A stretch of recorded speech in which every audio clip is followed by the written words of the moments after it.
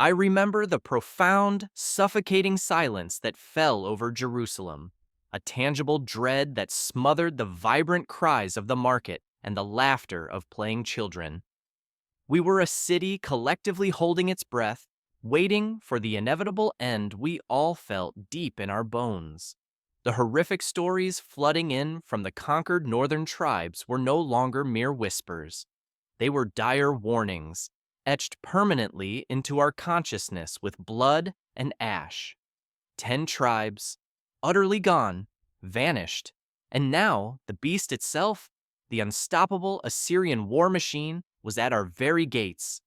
Their immense shadow stretched long and dark over our sacred hills, a swarm of 185,000 hardened soldiers whose very name was a synonym for cruelty. We knew, with a chilling certainty, that we were next. From the high ancient walls, we watched their countless campfires ignite as the sun fell, each one glittering like a malevolent mocking star in the encroaching darkness. The very air we struggled to breathe carried the alien scent of their cook fires and the metallic tang of their arrogance, a constant reminder of the siege. We could hear it, even from a distance, the faint, discordant clang of their mobile forges endlessly sharpening blades that were meant for our throats. Inside our homes, food was desperately scarce, but raw, paralyzing fear was plentiful. I saw the mothers' hands tremble uncontrollably as they tried to soothe their children. In the dark, we whispered the same desperate, haunting questions. Where was our God now? Had he finally abandoned his promise? Had he left us to be crushed beneath the iron boot of this merciless empire? Our faith felt like a single dying ember in a vast, cold night. But our king, Hezekiah, he was fundamentally different. It was as if he lived in another reality.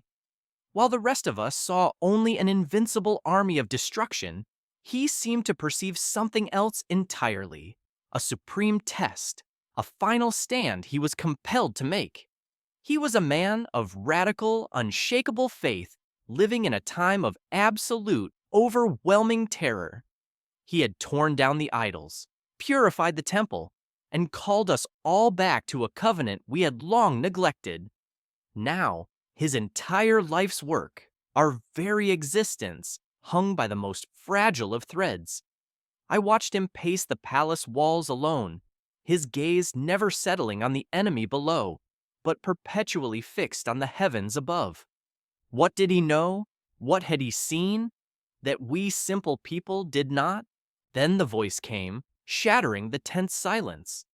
It was the Assyrian commander, Rabushake, standing just beyond the range of our arrows, his voice projecting with vile clarity in our own Hebrew tongue. His words were not words. They were psychological weapons, sharper and more lethal than any forged sword. Do not let Hezekiah deceive you. Your God will not deliver you. He cannot. He methodically listed the powerful gods of the nations they had already obliterated. Hamath, Arpad, all silent, all defeated, their altars desecrated. His cold, calculated laughter was a slow-acting poison that seeped into our very souls. I witnessed strong, battle-hardened men weep openly. I felt my own knees weaken and buckle beneath me. His brutal logic was impeccable, his evidence a chain of undeniable conquests. No god had ever stopped them. Why would ours, the god of a tiny, besieged kingdom, be any different? A palpable, living panic uncoiled in the streets, slithering through the crowds and whispering despair into every ear. Some of the king's own most trusted advisors, their faces ashen with fear, openly begged him to surrender, to seek a desperate last-minute treaty with Egypt, to find any way out of this certain annihilation. But Hezekiah remained a statue of pure stoic resolve. He issued no new commands, drew up no frantic battle plans. He simply waited. It was maddening. He was listening intently for a voice that none of the rest of us could hear. The tension stretched into something truly unbearable, a cord pulled taut to its breaking point. Every moment felt like an eternity. Would he sacrifice every single one of us for his unwavering faith? Was this glorious devotion or a king's fatal, monumental pride? The terrifying question hung heavily in the air, thick and suffocating.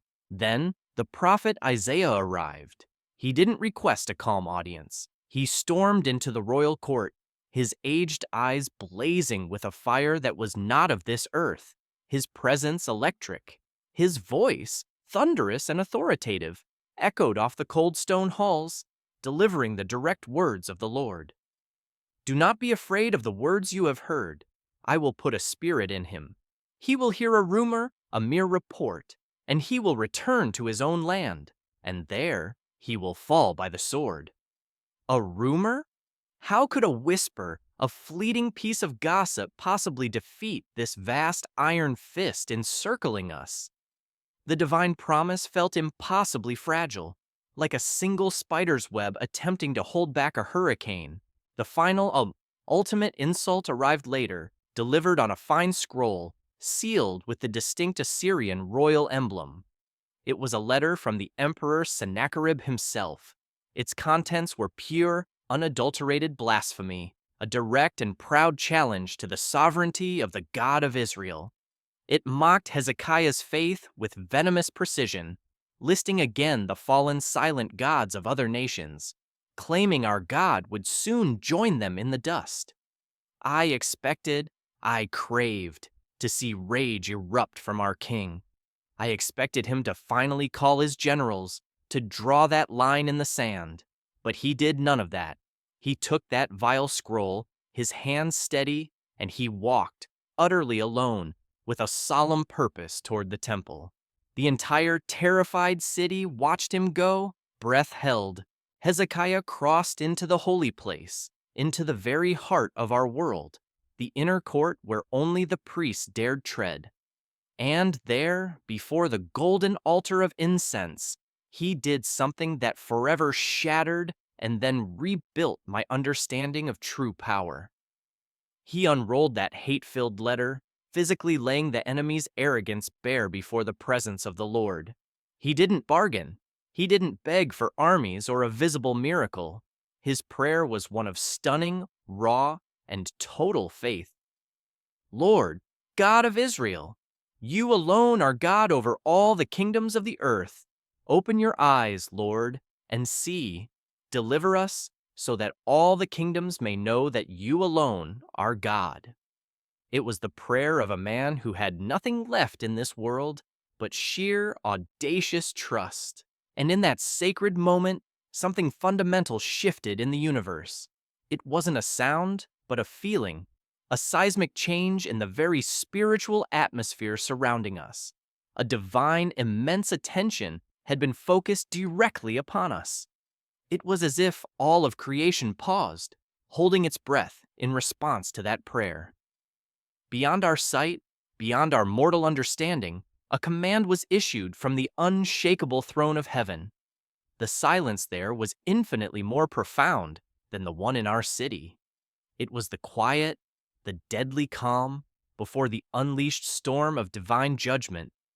The Lord of heavenly armies was drawing his sword. His answer was now coming, and it would be utterly terrifying. The wind died abruptly, as if snuffed out by an unseen hand. An unnatural, heavy stillness fell over the entire Assyrian camp, a silence so deep it felt like a physical weight. Inside Jerusalem's walls, we felt it too, an eerie prickling on the skin, a palpable sense of immense gathering power charging the air around us. The Assyrians, oblivious in their drunken arrogance, continued their raucous celebrations. They drank, they laughed uproariously, they shouted fresh mockeries toward our walls in the name of our God. They were giants, confident in their own brute strength, but they were about to learn the most brutal lesson of all. They were not merely fighting Judah, they were not just fighting Hezekiah. They had arrogantly drawn a line against the divine warrior himself, and his singular weapon was already moving, unseen and unstoppable among them. The scripture, which we would learn later, says it with chilling simplicity. Then the angel of the Lord went out. Not a legion, not a vast army. One, a single sacred being of incalculable concentrated power, a manifestation of pure divine wrath given a form. This was no gentle cherub of art. This was a being of terrifying, annihilating holiness, a force of nature shaped by divine will.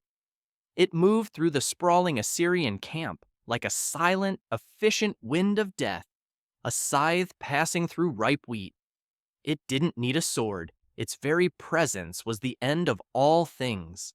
Where it passed, life was simply, instantly, extinguished. No final cry was uttered, no struggle was made. There was only an expanding, absolute silence.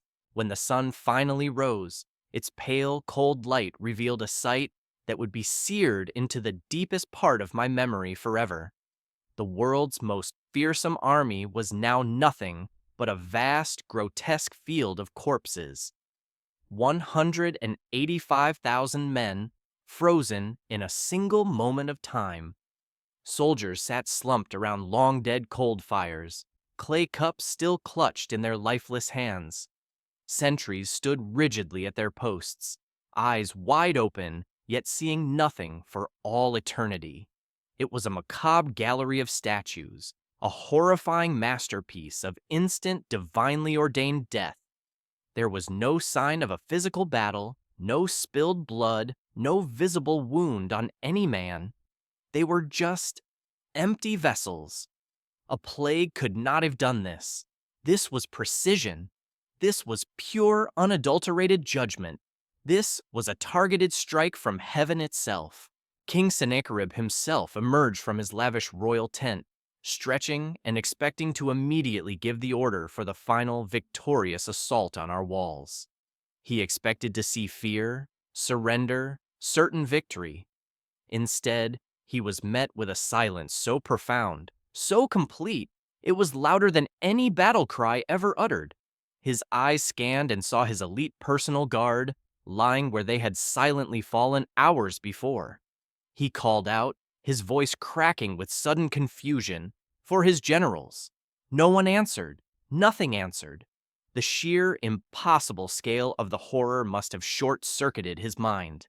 What does a man, a king of unimaginable pride, do when his invincible arm has been severed by an enemy he cannot see, cannot fight, cannot possibly comprehend? His entire empire, built on fear, had vanished in one night. He didn't try to rally the few survivors. He didn't bother to investigate the cause. The mighty Sennacherib, the self-proclaimed king of the world and master of terror, did the only thing his shattered pride would allow him to do. He ran. He turned his back on Jerusalem, on his countless dead, on his utter humiliation, and he fled for his life. He scrambled in a blind panic back to his distant capital, Nineveh, now a king without a crown of honor, a general without an army. The man who had boastfully threatened to shut up Hezekiah like a bird in a cage had himself been the one trapped and broken by a power he could never comprehend and could never, ever hope to defeat. His legendary pride was shattered into dust. We climbed the trembling walls at dawn, our hearts pounding, fearing some cruel, elaborate trick. We expected to see their battle formations already moving, ready to charge. But the field below remained utterly, deathly still. A low, gray mist clung to the ground like a shroud, mercifully hiding the full, horrific extent of the carnage for a few moments longer. Then the unbelievable truth began to dawn on us. A single, piercing cry went up from a watchman, a raw sound of pure, unadulterated shock and disbelief. "They're dead! All of them! Dead!" The cry was taken up by others, moving through the entire city like a powerful wave. Is it true? Can it possibly be? We stood first in stunned disbelief, then in slowly dawning awe, and then in erupting, overwhelming, tear-streaked joy. The Lord had fought for us. The massive gates, sealed shut for desperate weeks, were thrown open with a triumphant groan. We streamed out, not as warriors looking for a fight, but as reverent witnesses to a divine spectacle. We walked in silent, small groups among the vast, silent camp, seeing the faces of the fallen, their expressions forever locked in a mid-laugh, a mid-sentence, a moment of mundane life instantly stolen. The complete absence of any violence was the most violently awe-inspiring thing about it. It was a clean, divine erase. We didn't loot the valuable tents. We didn't cheer or mock. We were utterly humbled into silence. This was not our victory. This was a display, a statement made to the entire world using the ashes of its greatest, most terrifying empire. Our God reigns. Inside the temple, King Hezekiah led us in songs of profound gratitude. His voice was thick with emotion. He didn't boast. He didn't take a single shred of credit for his own steadfast faith. He wept openly before the golden altar, giving every single ounce of glory directly back to God, to whom it solely belonged. The songs we sang that day were sweeter and more heartfelt than any we had ever sung before. They were songs of deliverance, sung by a people who had stared directly into the abyss and had watched God Himself slam the door shut in its terrifying face. This was more than a saved city. It was a sealed promise, a testimony for all time. The story, of course, did not end there for our enemy. Sennacherib returned to his magnificent capital, Nineveh, a completely broken man.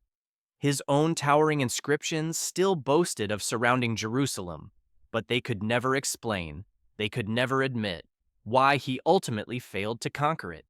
The truth was simply too humiliating for his legacy to bear. Years later, exactly as the prophet Isaiah had foretold with chilling accuracy, he was murdered by his own treacherous sons while he was praying to his powerless, silent stone gods. The king who had so publicly mocked the living God was ultimately and fittingly silenced by the very cycle of violence he had worshipped his entire life. His empire's steep decline began on that silent, holy hill outside our walls. Word of the inexplicable miracle spread like supernatural wildfire across every trade route and through every kingdom. Delegations from distant, powerful lands, even the rising power of Babylon, soon came to our court. They brought lavish gifts, not for the strength of Hezekiah's army, which was small, but curious about the seemingly invisible God who could accomplish such an impossible thing. They looked at us, a small and seemingly insignificant people, with a new, deep respect and a palpable hint of holy fear. They had finally seen the stark limits of human power. We had been shown the infinite, awesome power of divine favor. We were the living proof that the world's established rules could be completely rewritten by heaven.